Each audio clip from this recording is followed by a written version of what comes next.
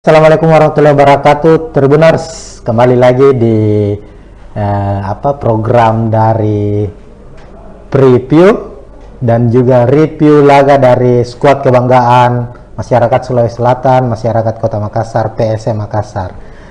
Nah, sebelumnya pekan lalu kita sudah membahas soal preview laga pekan ke-32 antara Madura United lawan PSM Makassar, dan sekarang adalah mungkin ini waktunya agak telat, tapi tidak apa-apa. Namun sebelum itu kita memberikan selamat dulu kepada tim PSM Makassar yang berhasil mengunci gelar juara Liga 1 musim 2022-2023 di pekan ke-32 setelah berhasil mengalahkan Madura United dengan skor 1-3 di kandang Madura United pada Jumat 31 Maret 2023 yang lalu. Nah, Tribuners, ini cukup menarik bahwa PSM masih menyisakan 2 pertandingan lagi, namun pasukan Juku Eja, pasukan Ayam Jantan dari Timur sudah berhasil mengunci gelar juara setelah kemenangan melawan Madura United kemarin dengan tambahan 3 poin. Total poin yang dimiliki PSM Makassar hingga saat ini itu 72 poin. Artinya dengan jumlah tersebut para pesaingnya yang berada di bawah, di peringkat kedua ada Persib, peringkat ketiga ada Persija, sudah dipastikan tidak bisa lagi mengejar. Lantas kehebatan ataukah cara dari PSM Makassar bisa mengunci kemenangan di laga pekan ke-32 yang juga menjadi laga penentu mereka bisa menjuarai Liga 1. Nah, di layar yang sudah terlihat sekarang ini saat menghadapi Madura kemarin, Madura lawan PSM Makassar itu berdasarkan susunan pemain kita lihat bahwa memang PSM yang bertandang ke Stadion Ratu Pamelingan Pamekasan itu tampil dengan skuad terbaiknya istilahnya, karena semua pemain-pemain yang kerap bermain sebagai starting kembali dimainkan oleh Bernardo Tavares. Ada Yakob Sayuri dan Yance Sayuri yang kembali dari membela timnas Indonesia di ajang FIFA Matchday langsung, meskipun waktu recovery-nya hanya 2 hari, tapi kedua pemain ini, kedua kembar bersaudara ini langsung dimainkan sebagai starter saat PSM Makassar menghadapi Madura United. Di atas kertas ataukah secara grafis PSM tetap dengan skema andalan dari Bernardo itu menggunakan taktik 3-5-2. Di lini belakang ada kita mulai dari kiper dulu, ada Reza Arya, pastinya pemain yang tidak tergantikan dalam 32 pertandingan PSM Makassar di Liga 1, bermain kembali sebagai starter kala itu. Kemudian ada Yuran Fernandes tentunya sebagai leader di barisan atau tembok pertahanan PSM Makassar, dibantu oleh Agung Manan dan Erwin Gutawa yang tampil epik juga. Lantas ada Yakob dan Yance Sayuri di sisi flank atau sisi sayap.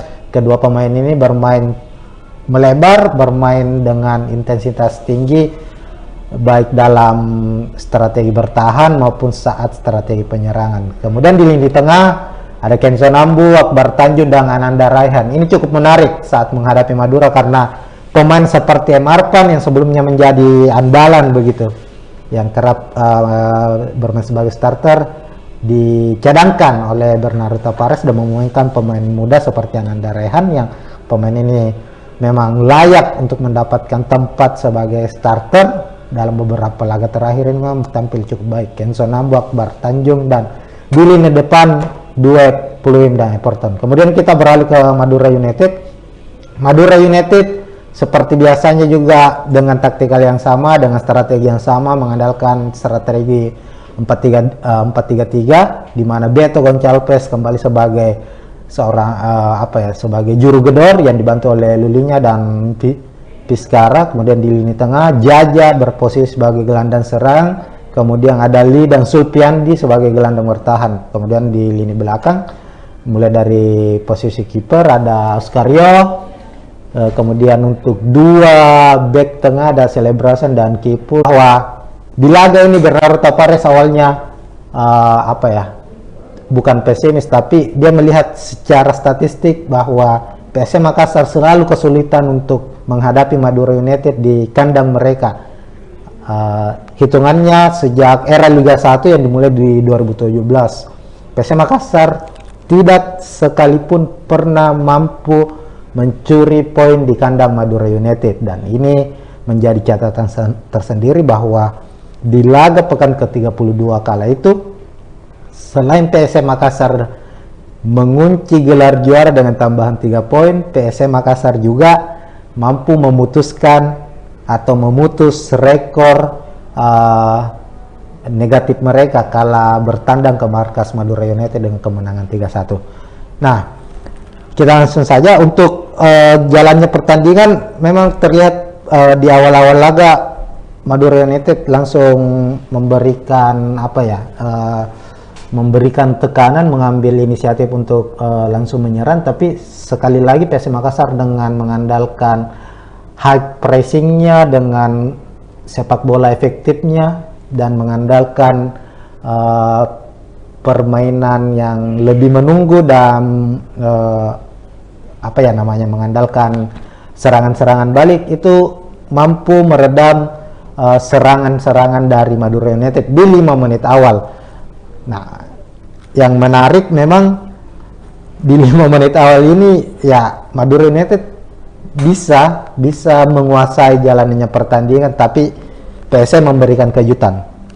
Tepatnya di menit keempat, PSM Makassar mampu unggul terlebih dahulu lewat gol Pluim.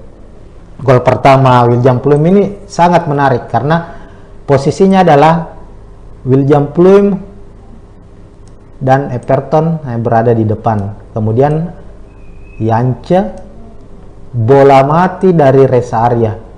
Ini kronologi gol dari William Pluim, gol pertama di menit keempat. Reza Arya memberikan bola ke depan, namun mampu diambil oleh pemain Madura United, kemudian dihajar ke depan lagi, bola jatuh ke Erwin saat itu berada di sini. Lantas Erwin memberikan umpan lambung ke Everton. Everton saat itu berada di luar kotak penalti, tepatnya di sini. Everton hanya dengan sekali kontrol membalikkan badan dan langsung memberikan umpan ke Yance Sayuri. Yance yang dijaga oleh Dodi bisa memenangkan duel dengan sprint cepatnya. Yance menerobos masuk ke dalam kotak penalti dan tidak bisa dikejar lagi oleh Dodi. Everton yang sudah menunggu di dalam kotak penalti, ada juga William Pluim. Yance memberikan umpan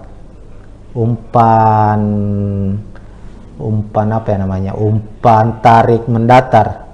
Tapi Everton melepas bola itu dan jatuh ke Pluim dengan kaki kirinya langsung menjebol gawang dari Madura United. Terjadilah gol di menit keempat. Ini betul-betul strategi permainan sepak bola efektif yang lagi-lagi ditunjukkan oleh PSM Makassar. Nah, setelah gol pertama Madura United kembali terus menekan dan 5 menit kemudian lagi-lagi PSM Makassar mampu mencuri gol ataukah menggandakan keunggulan, dan lagi-lagi gol lahir dari William Pluim. Ini berawal dari sepak pojok yang diambil lagi-lagi juga oleh Yance Sayuri, memberikan umpan lambung ke dalam kotak penalti. William Pluim yang dijaga oleh Lulinya dan Jaja mampu memenangkan duel dan dengan sundulannya langsung mencetak gol 2-0 untuk PSM Makassar. Ini memang istilahnya, PSM memang lagi-lagi di laga kontra Madura United ini terlihat bahwa skema dari dari Bernardo Tavares itu berjalan seperti biasanya. Itu terlihat di babak pertama.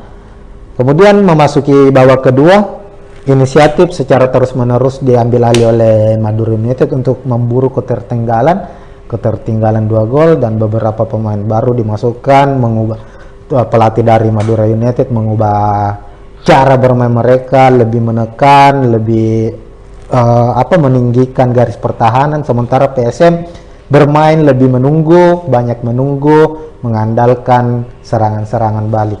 Dan di menit 47 atau 2 menit setelah babak kedua bergulir, gol ketiga dari PSM Makassar kembali tercipta, dan gol ketiga PSM ini dicetak oleh Ken Sonambu. Prosesnya ini sangat-sangat sederhana juga, artinya bahwa kemampuan dari Kenso dalam menjaga dalam membaca pola permainan, dalam menempatkan posisinya itu sangat-sangat baik. Di menit ke-47 itu terlihat di mana sebenarnya bola awalnya berada di kaki para pemain Madura United. Bola ada di Jaja berupaya untuk mengirimkan bola ke belakang sebelum menyusun kembali strategi menyerang mereka. Dikirim ke Sulpiandi, tapi Sulpiandi tak menyangka ada Ken Sonambu di belakangnya.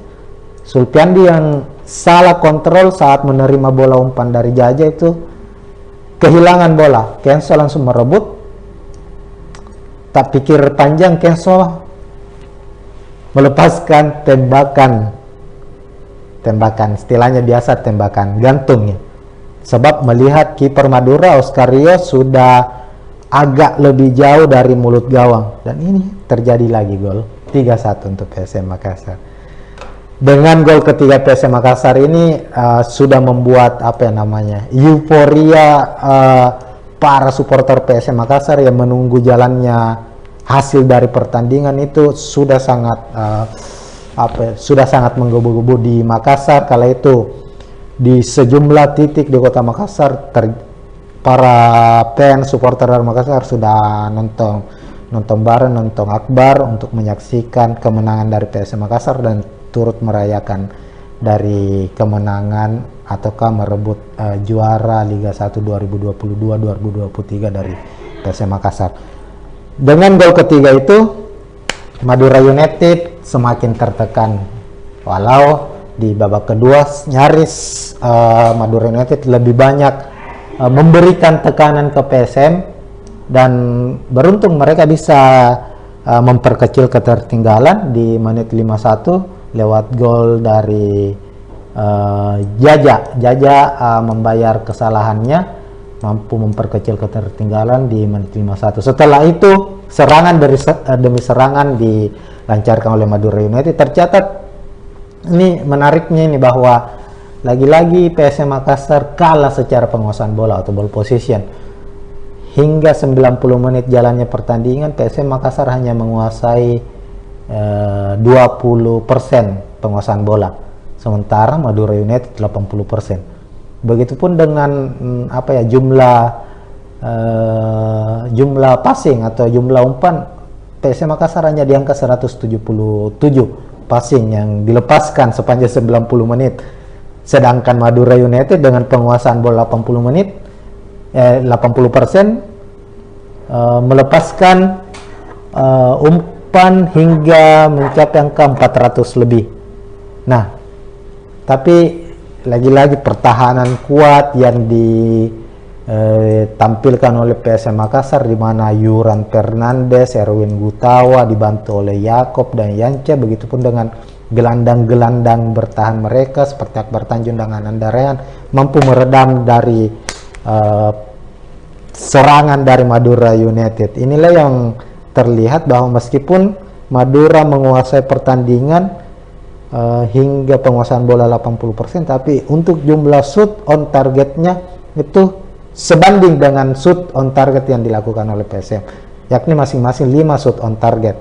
Artinya bahwa PSM menampilkan permainan efektif, mengandalkan 1, 2, 3 kali sentuhan langsung berada di depan gawang, sementara Madura United lebih banyak melakukan umpan-umpan pendek dari lini belakang ke lini tengah, lalu ke lini depan, tapi lagi-lagi umpan final atau final passnya selalu digagalkan oleh padatnya lini pertahanan PSM Makassar yang betul-betul dijaga oleh para pemain belakang dan dibantu oleh lini tengah dari PSM Makassar sendiri itu. Maka tak heran jika laga di pekan ke-32 lalu itu PSM Makassar bisa mencuri atau bisa merebut 3 poin di kandang Madura United. Begitu Tribuners, dan ini lagi-lagi adalah sebuah akumulasi dari taktikal yang dijalankan oleh Bernardo Tapares dari laga 1 ke laga berikutnya, dari pekan pertama, pekan kedua, hingga menuju ke pekan ke-32 dan 2 laga sisa lagi di Liga 1. Ini taktik yang dijalankan Bernardo tak banyak mengalami perubahan dan selalu sukses dimainkan dengan hasil yang maksimal pula. Dan Madura United menjadi korban dari keganasan taktik dari PSM Makassar ini,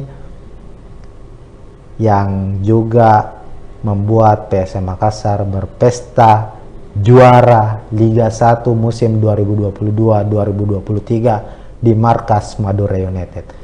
Nah, menarik ditunggu karena PSM Makassar meskipun sudah mengunci gelar juara masih menyisakan 2 pertandingan lagi. Apakah PSM akan tetap fight untuk merebut kemenangan di 2 laga terakhir, yakni menghadap laga away ke markas PSIS Semarang pada pekan ke-33 hari Kamis besok tanggal 6 bulan 4, dan laga penutup di Stadion B.J. Habibie markas dari PSM Makassar sendiri akan menjamu Borneo FC. Mungkin sekian dulu Tribuners, kita akan saksikan mungkin laga besok, kita akan review lagi pertandingan dari PSM Makassar, pertandingan yang selalu tentunya ditunggu-tunggu oleh para pecinta dari PSM Makassar maupun pecinta sepak bola Indonesia. Sekian, Assalamualaikum warahmatullahi wabarakatuh. Ya, Assalamualaikum warahmatullahi wabarakatuh Tribuners, kembali lagi di program dari preview dan juga review laga dari skuad kebanggaan masyarakat Sulawesi Selatan, masyarakat Kota Makassar, PSM Makassar. Nah, sebelumnya pekan lalu kita sudah membahas soal preview laga pekan ke-32 antara Madura United lawan PSM Makassar, dan sekarang adalah mungkin ini waktunya agak telat tapi tidak apa-apa. Namun sebelum itu kita memberikan selamat dulu kepada tim PSM Makassar yang berhasil mengunci gelar juara Liga 1 musim 2022-2023 di pekan ke-32 setelah berhasil mengalahkan Madura United dengan skor 1-3 di kandang Madura United pada Jumat 31 Maret 2023 yang lalu. Nah, Tribuners, ini cukup menarik bahwa PSM masih